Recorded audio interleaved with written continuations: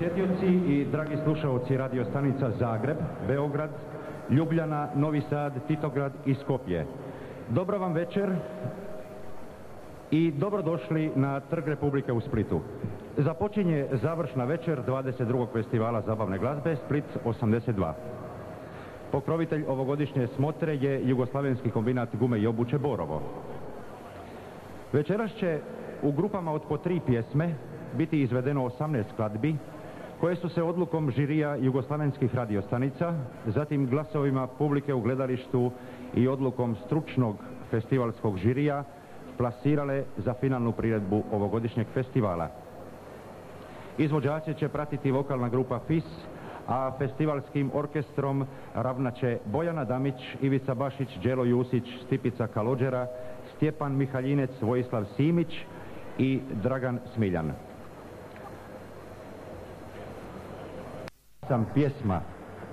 Glazbu je napisao Zdenko Runjić, stihove Jakša Fjamengo, aranžman je priredio Stipica Kalođera.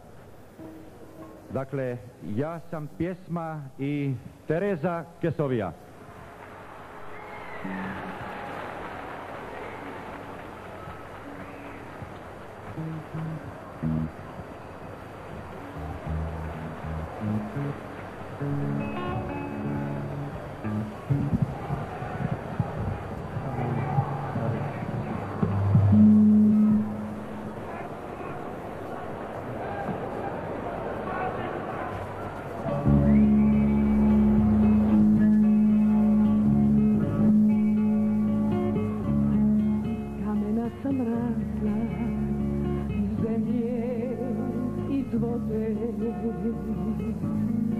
Prošla sam kroz vatru, kroz vrijeme što hode,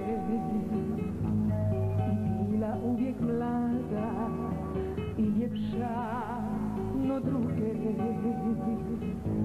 ko svjedok tvojih slavlja, ko glas tvoje tuge.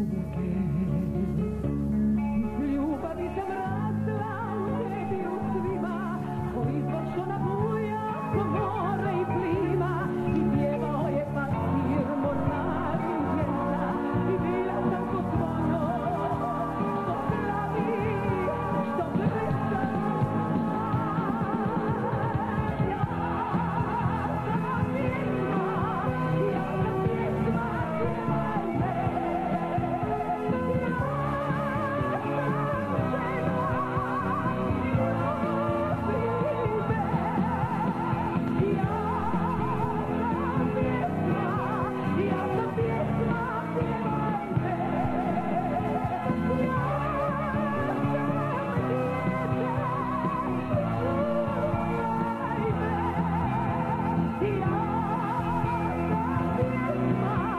Ja sam pjesma, pjevaj me.